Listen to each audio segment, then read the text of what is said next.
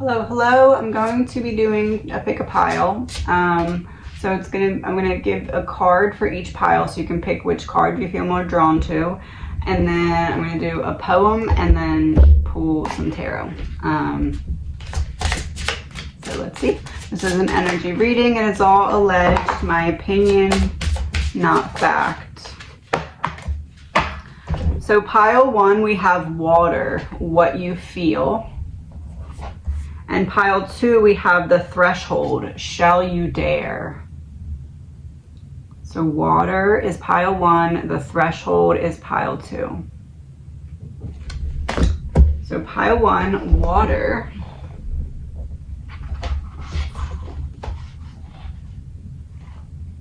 The person you aren't. You don't have to be the person you tell people you are. You can just be who you are. That's perfect. I'm going to read it again. You don't have to be the person you tell people you are. You can just be who you are. And remember, the card was water, how you feel.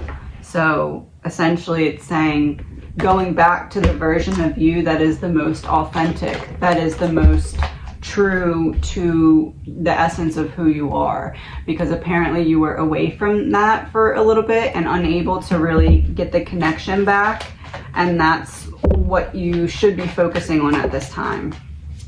Yeah, you were like unable to make progress at this before.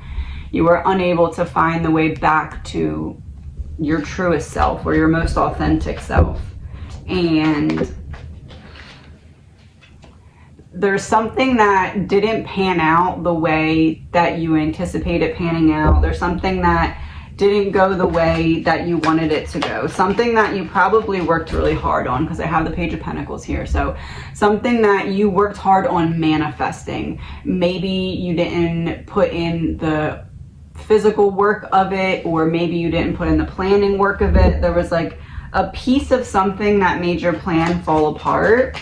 And basically that fell apart because you were not at your most authentic self, and you weren't ready to step into that role yet until you were in your most authentic self, because you weren't able to fully express without holding back. So there's this feeling of like flowing, like with the water, there's a feeling of flowing. There's a feeling of you had to get your priorities in line when it comes to self-love, because when it comes to like responsibilities and doing stuff you're supposed to, being where you're supposed to be on time, all of that, you're great. But when it comes to taking care of yourself and making sure that you're doing like the mental checks, how's my internal dialogue, how am I talking to myself, how am I, projecting my feelings and emotions in a healthy way, not healthy way. So that is where, that is,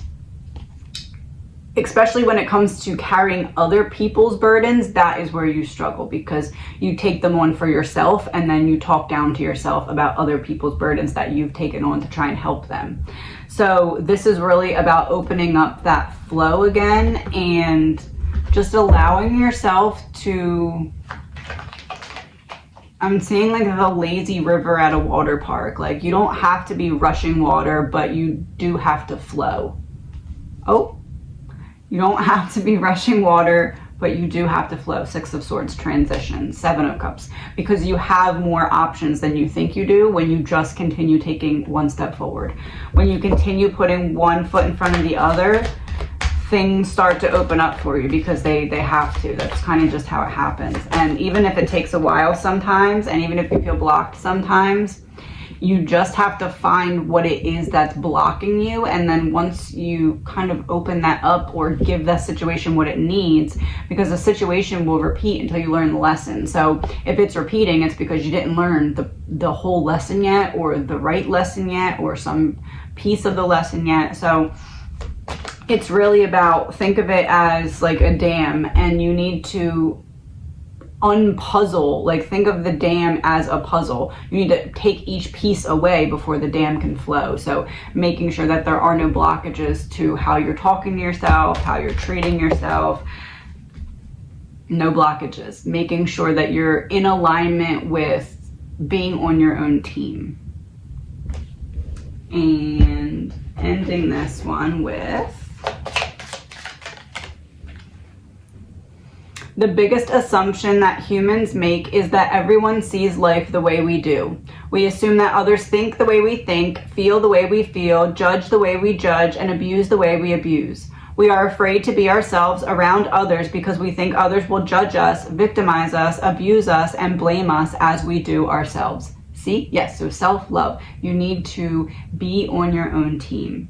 Be yourself around others. So that goes perfect because it said, remember the opening quote was the person you aren't. So this is saying be yourself around others. You don't have to be the person you tell people you are. You can just be who you are. So that's your homework for the next 72 hours after you see this, is you have to be as authentically yourself as possible. Pile 2. Pile 2, the threshold, and it says, shall you dare? So it's about taking some kind of step forward.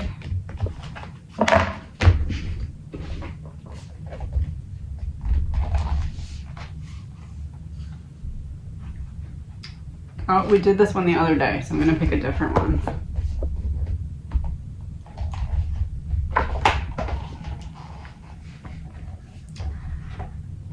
The truth is born in strange places.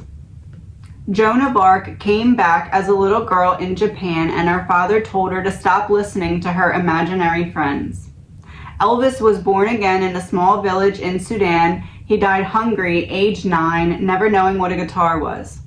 Michelangelo was drafted into the military at age 18 in Korea. He painted his face black with shoe polish and learned to kill. Jackson Pollock got told to stop making a mess somewhere in Russia. Hemingway to this day writes DVD instruction manuals somewhere in China. He's an old man on a factory line. You wouldn't recognize him. Gandhi was born to a wealthy stockbroker in New York. He never forgave the world after his father threw himself from his office window on the 21st floor. And everyone, somewhere, is someone if only we gave them a chance. Everyone, somewhere, is someone if only we give them a chance. So the threshold that we're walking through is a new or increased open mind for something. Or someone, it could be something, or it could be someone, or it could be an entire mindset shift. It could be an entire perspective shift. But it's something that you've already been working towards. It's not something new. It's something that you're already teaming up with this energy to try and move in a different direction. And it's because you're moving away from something or someone that hurt you. And it's kind of like whatever that pain was is why you've earned this fresh perspective or fresh chance or whatever it is. But it's like you've earned this opportunity because you've done the healing from something that recently was pretty traumatic for you. Could have been someone walked away from you, could have been you had to walk away from someone, but there is kind of a feeling of, you see like the bird is in her hand. She's waiting for it to fly away, or it's just flown in and she's walking around with it. But either way, it's like a feeling of transition, because out with the old, in with the new. Yeah. Because you healed from whatever this pain was, whatever this sabotage was, whatever this sneakery or trickery was. That's the doorway you're going through, is you're walking through the doorway away from what this was when it was upright. So whatever this trick or plan or scheme or plot was, you figured it out, and now it's like you don't have to walk away because the situation's kind of just resolving itself. You don't have to walk away because the situation's resolving itself. Chariot in reverse. So you don't have to be the one that does the work at this point. It's almost like a doorway. You know those things at the airport where you stand and it just like walks for you, like it moves for you? It's almost like if the doorway was on something that's moving and the doorway is just coming towards you. So you don't even have to walk to it. So this is kind of like The only things that you really have to do to go through the doorway is make sure that you're not bringing anything with you through the doorway that's not meant to come with you through the doorway. That could be people, that could be situations, that could be career choices, that could be, you know, a number of things. But if you bring things with you through the doorway that aren't supposed to be there, you're eventually going to kind of lock yourself out of that new realm and sweep yourself back into the old one, because you didn't make the choice of using your discernment and you brought something in that kind of polluted your opportunity to do well in the next round, so, or the next chapter. So it is really about making sure that you're not bringing anything through.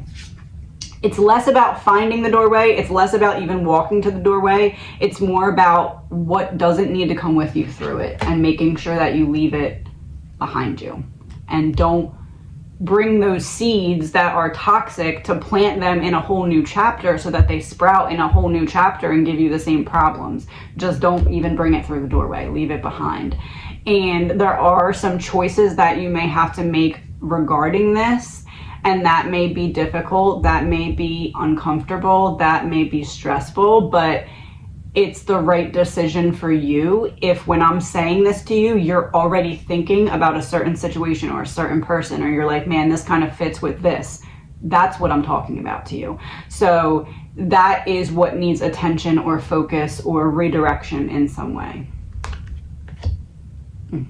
Take the leap of faith on yourself to do that, and kind of say, even if you don't understand why I'm making the decisions that I'm making, I need to make them for myself because I can envision my next chapter. Your job is to envision your own next chapter, so I don't expect you to understand mine.